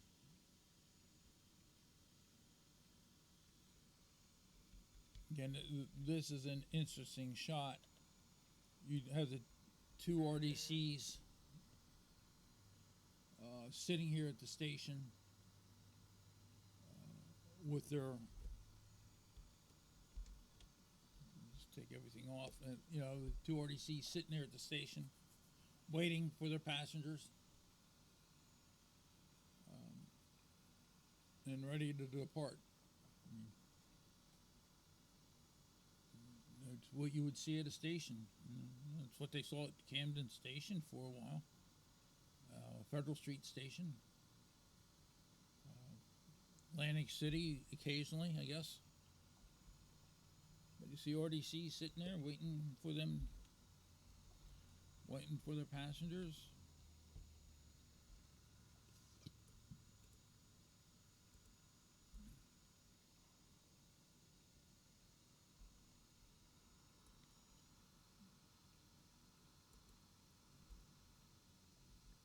The only other thing that's wrong with the RDCs, and believe me, it's very minor, it's just being a purist, is that door is not supposed to swing. It slides on a real RDC too.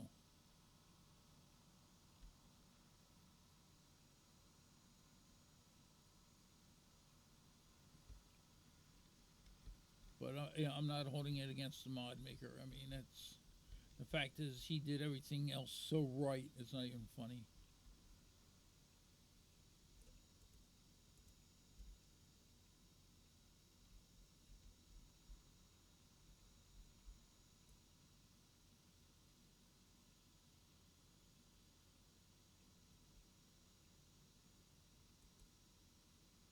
Okay, and this is 150.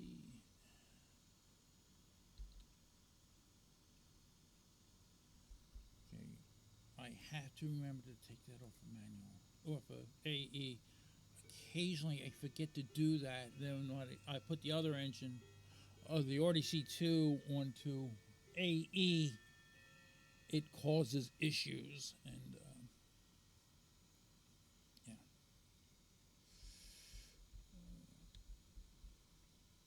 Speaking of which, I gotta make sure the 151 is off of AE itself.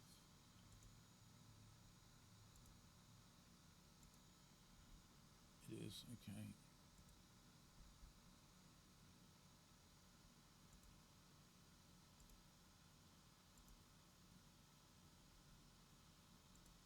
And now it's me waiting for this long distance train to do its runs so I can put the passenger trains back where they belong at their originating stations and complete the day. I think that's going to call it for me right now.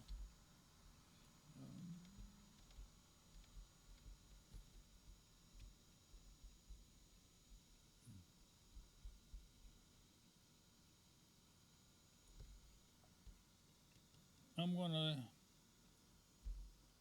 leave you with this shot of two RDCs sitting at Bryson, waiting for their passengers. And this will be the Lion King CMSL signing off. You guys have a good day. Hope to see you in game. And you guys have a good day. Talk to you later. Bye.